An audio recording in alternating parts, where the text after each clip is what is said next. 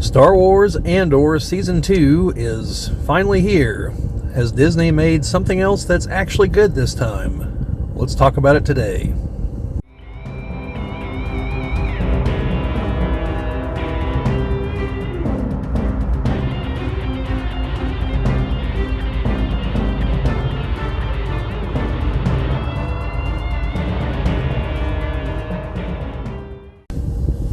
This is the Geek Cabal channel. My name's Bobbie, and today we're going to be talking about the first 3 episodes of Star Wars Andor Season 2. I would have waited an eternity for this.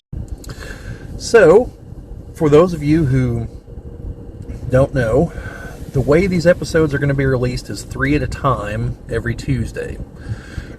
So, I'm recording this the day after. This is Wednesday, after the episodes were released. So, over the next 3 weeks, all 12 of the episodes will be released, ultimately. And I assume each 3 episodes is its own story arc. So, we'll see, I guess.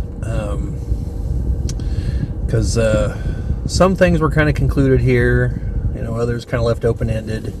Although I think I know where they're going. So, yeah. So, is it any good? Well, I think so.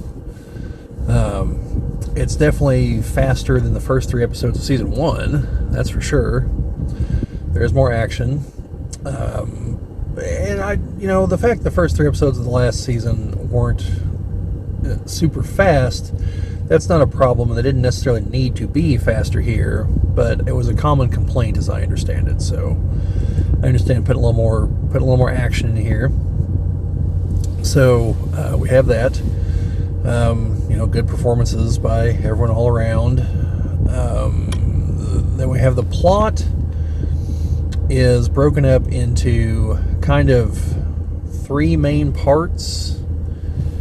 We have Mon Mothma, her daughter's being married. That was set up back in Season 1 to the, I believe it's some kind of crime boss's son. And it's taking place there on their home world. And there's some bits about that I'll get to here in a minute. Then we have the plot of Cassian stealing a TIE Avenger prototype that you've probably seen in the trailers if you've seen the trailers. It's it looks like a TIE Interceptor, but it also has spikes going backwards and not just the forward-facing ones. But as a starfighter, it's also, assuming it has everything that it has canonically, it should also have shields, it does have a hyperdrive, and it does have missile capability. A larger cockpit than I assumed. Like, there's room for people to pile in there. So, you had that, and then you also have some of the folks that were on, Ferrix, I think was the name of the planet in the last season, are on a farming planet, and they're waiting for Cassian to come back because he's off on the mission, and so they're monitoring communications and everything. And the Empire shows up for to pick up a bunch of crops or something. So and also I forgot there's a 4th kind of branch to all this, and that is the ISB and some things going on there with was Deidre from last season, the woman, and the guy. She was that was kind of hitching himself to her side. The guy that started off as the security guy at the beginning, and by the end is in the Weights and Measures Bureau or whatever it is. Look like bureaucracy hell basically.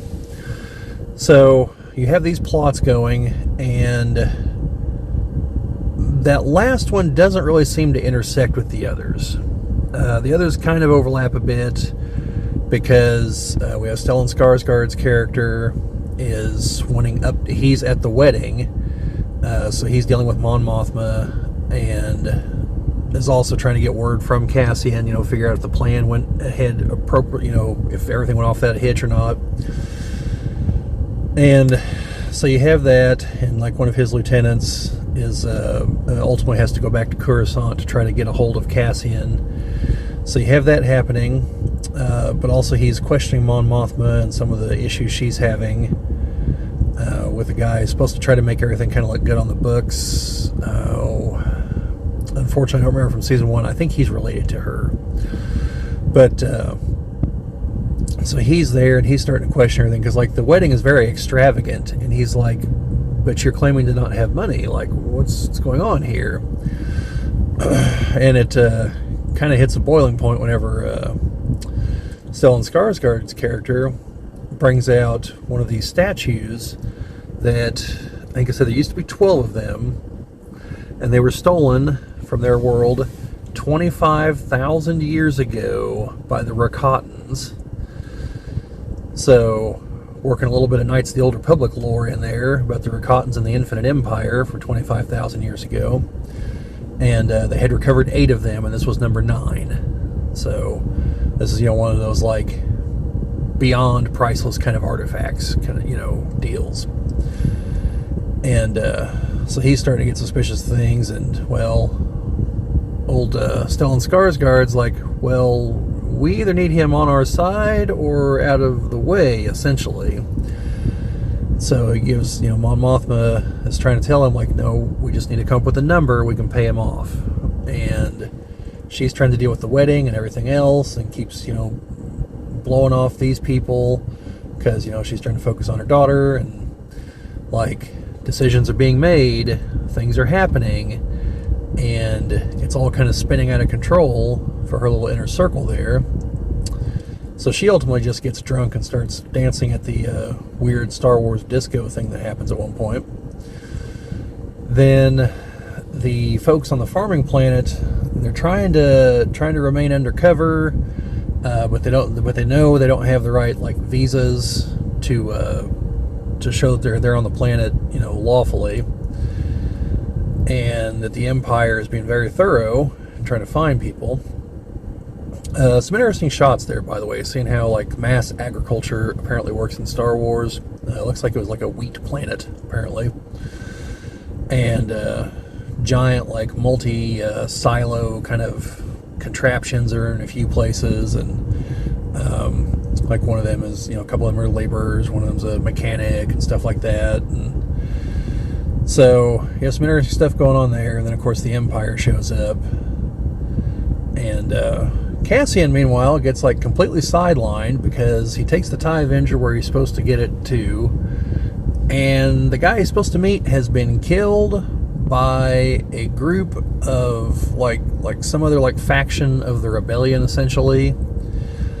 And so they take him hostage, or prisoner, and they don't know the whole deal, like, he's supposed to be dropping off the fighter to someone else, so they think he's really an Imperial pilot, and can't understand that he's like, why would I land here in the middle of nowhere? Like, the fighter works just fine. Like, think about it. Like, I'm telling you I was going to meet someone. You said you shot the someone. Like, it's like, you weren't here 3 days ago, and, this, that, and the other. And eventually finds out who they are, and he's trying to explain to them that they, the main rebellion, has been, like, funneling weapons and funds to them, because they're helping the cause overall fight the Empire.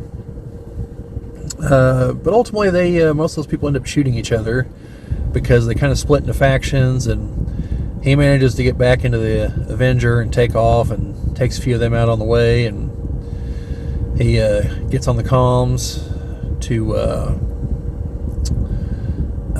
Stellan Skarsgård's character's lieutenant, and she's trying to warn him, like, you can't go back to your home planet, the farm planet, because they're kind of overrun with the Imperials right now, and he's just like, well, the hell with that, I'm going. And so he shows up and blows up a bunch of Imperials and saves a few people, but a couple people don't make it.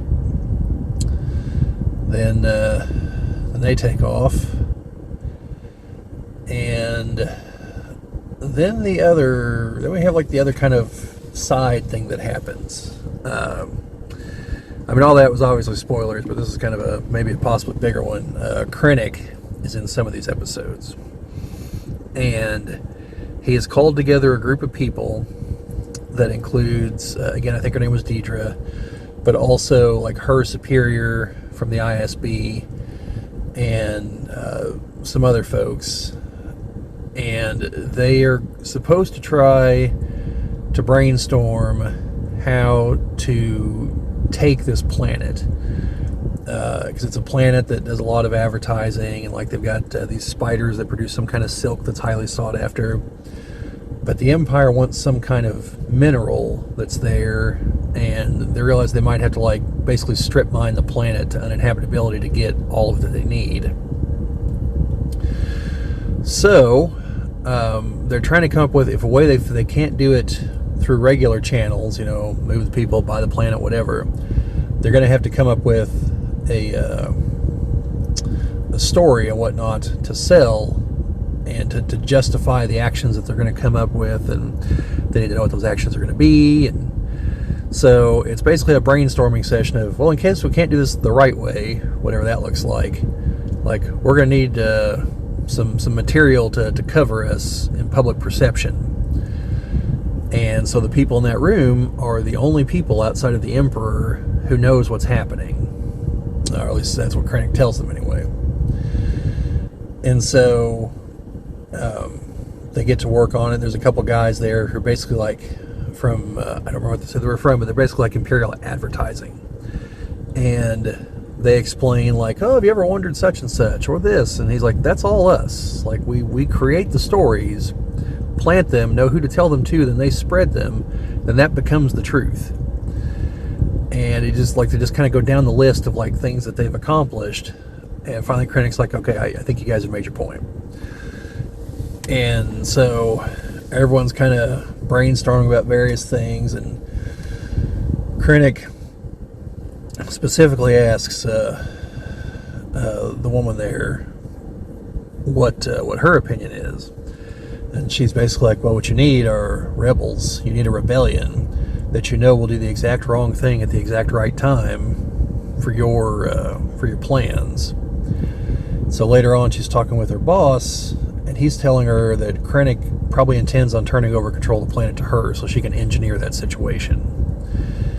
And he's trying to tell her, like, it might seem like a step down, but it's a gift because ultimately it will help her career.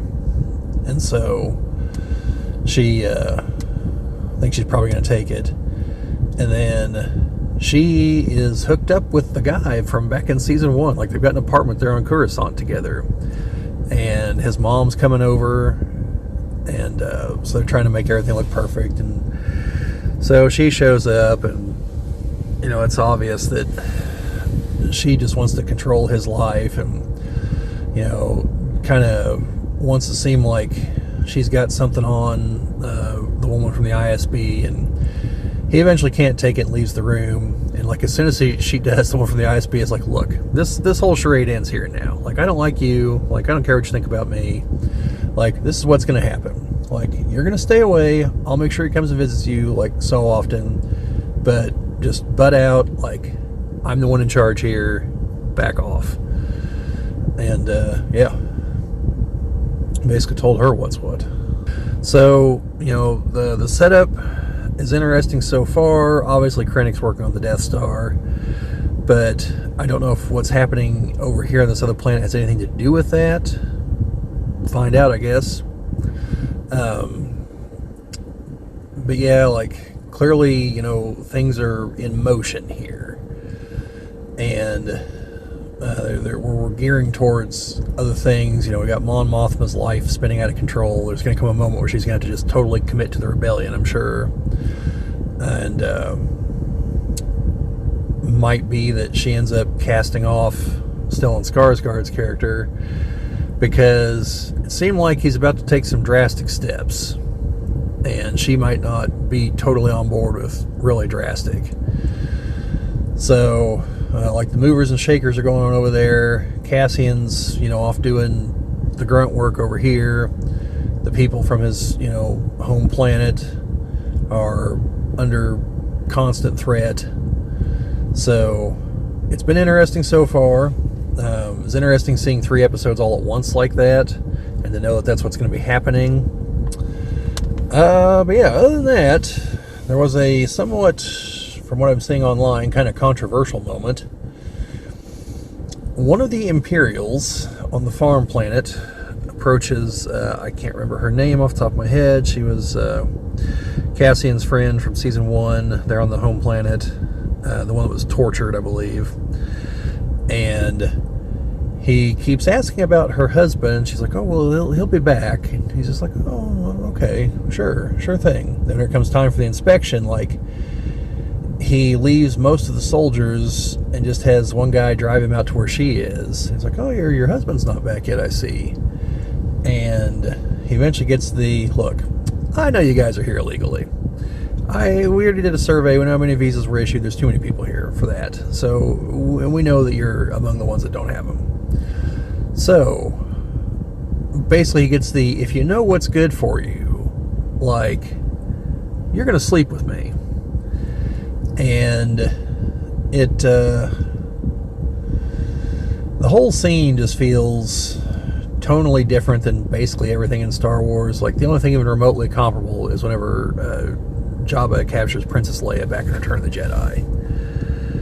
And even that, like, I mean, there's some implications there, but that's all the farther it gets. And I'm not saying you see anything here either, because she ends up killing him before anything happens. But the whole, like, you know, the fact it was probably going to happen. So I'm torn on this, because on the one hand, yes, this is exactly the kind of thing that would happen. You know, a military commander from a brutal regime out in the middle of nowhere where no one can stop him.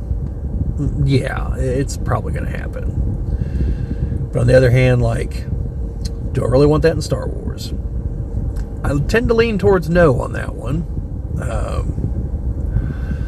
Yeah, some of the online discourse has been interesting. People thinking that basically saying someone is evil just gives them free reign to have them do everything chaotic and or stupid out there. And it's like, no, like, that's not how that works.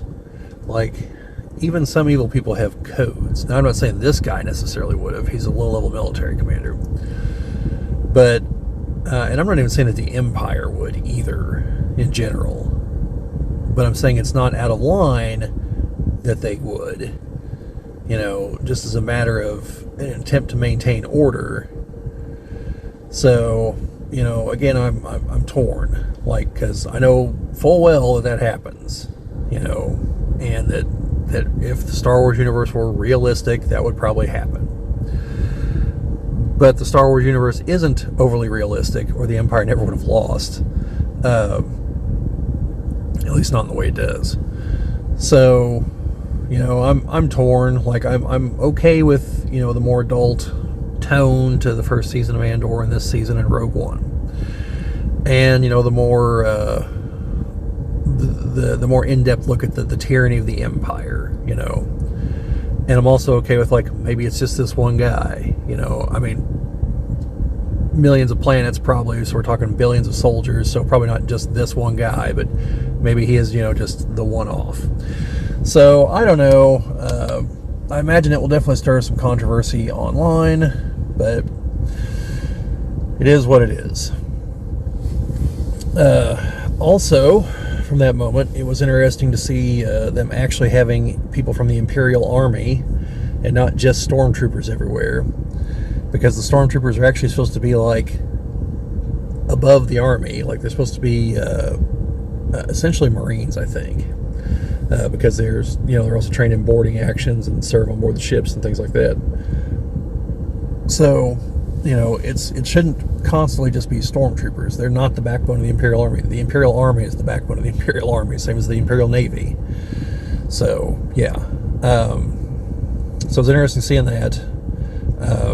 Total side note, the guy kind of looked like Moff Jerjerrod, but since he got killed, I know it's definitely not him. And for those of you who don't know who that is, he's the commander of the second Death Star. But, yeah, overall, I liked it. Interested to see where we go for the rest of the season. Be interesting, you know, how the whole compressed season thing works out. But, yeah. That's about all I've got to say on this one. So, let me know what you guys think down in the comments. Did you watch the show? Do you plan on watching the show? So on and so forth. How real do you want your evil in Star Wars to be? You know, whatever. like, share, subscribe, all that fun stuff. Sharing and commenting help us grow the channel. Always appreciate it. And obviously subscribing. We would be honored if you would join us. But yeah, that's about all I've got today. So just remember, folks, the Force will be with you always.